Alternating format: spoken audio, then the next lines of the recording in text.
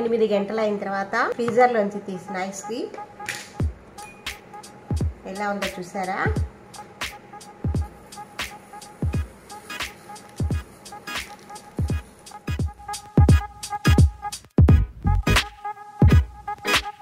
ముందుగా స్టవ్ వెలిగించుకొని ఒక ప్యాన్ పెట్టి దాంట్లో ఒక 1/2 లీటర్ పాలను వేసుకోవాలి.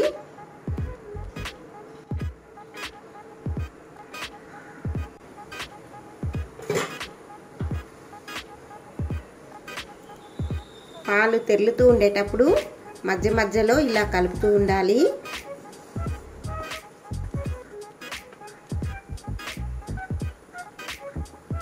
మనం వేసుకున్న ఈ పాలు సగం అయ్యేదాకా వీటిని కాగనివ్వాలి. అంటే హాఫ్ ఆఫ్ ద క్వాంటిటీ కావాలి.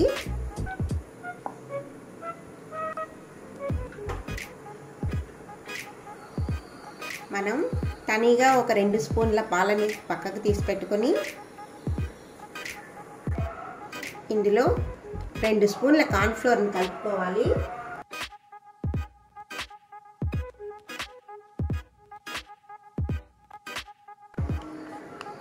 చూసారు కదా, ఈ మాదిరి ఉండలు లేకుండా బాగా మిక్స్ చేసుకొని దీన్ని పక్కన పెట్టుకుందాం.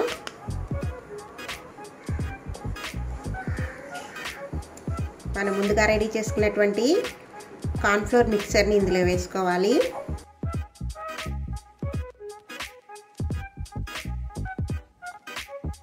ఇప్పుడు ఇందులో 1/2 కప్ షుగర్ను కూడా వేసుకుందాం. టెక్స్చర్ ఇలా వచ్చిన తర్వాత ఇప్పుడు స్టవ్ ఆఫ్ చేసుకొని దీన్ని బాగా చల్లారనివ్వాలి. ఇది చల్లారేదాకా మధ్య మధ్యలో ఇలా మిక్స్ చేసుకుంటూ ఉండాలి. ఎందుకంటే పైన మీగడ కట్టేస్తుంది. అలా కట్టకుండా ఇలా మిక్స్ చేసుకుంటూ ఉండాలి. నేను ఇక్కడ 1 కప్ అమూల్ విప్పింగ్ క్రీమ్ తీసుకున్నాను. దీన్ని హ్యాండ్ బీటర్తో బీట్ చేసుకోవాలి బాగా. మీ దగ్గర ఎలక్ట్రిక్ బీటర్ ఉన్నా కూడా దాంతో కూడా బీట్ చేసుకోవచ్చు.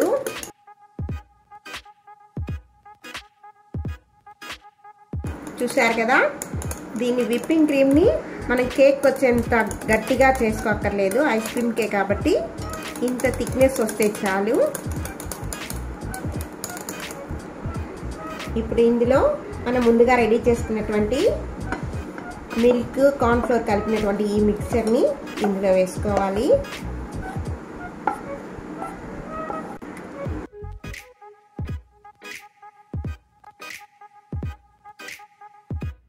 ఈ మిక్చర్ని వేసిన తర్వాత దాదాపుగా ఒక 2-3 నిమిషాల సేపు దీన్ని బాగా కలుపుకోవాలి. ఇప్పుడు ఇందులో బ్లాక్ కరెంట్ క్రష్ని ఒక 2 స్పూన్లు వేసుకోవాలి.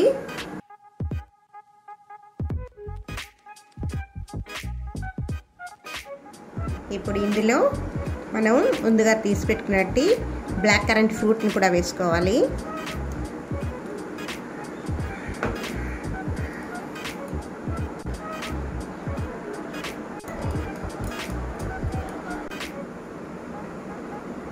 ఏదైనా ఒక ప్లాస్టిక్ కంటైనర్ తీసుకొని దాంట్లోకి ఈ మిక్సర్ని ట్రాన్స్ఫర్ చేసుకోవాలి.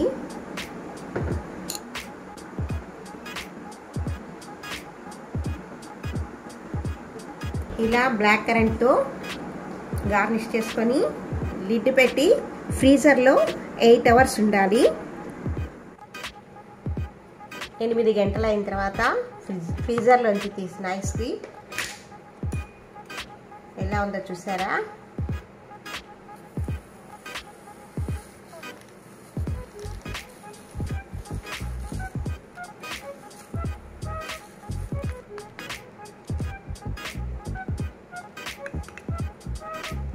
చూడండి ఎంత బాగా వచ్చిందో.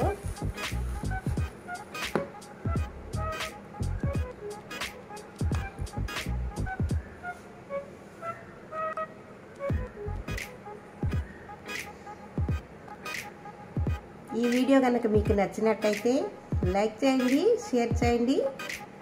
నా వీడియోలు మొదటిసారి చూస్తున్నట్టయితే తప్పకుండా సబ్స్క్రైబ్ చేసుకోండి.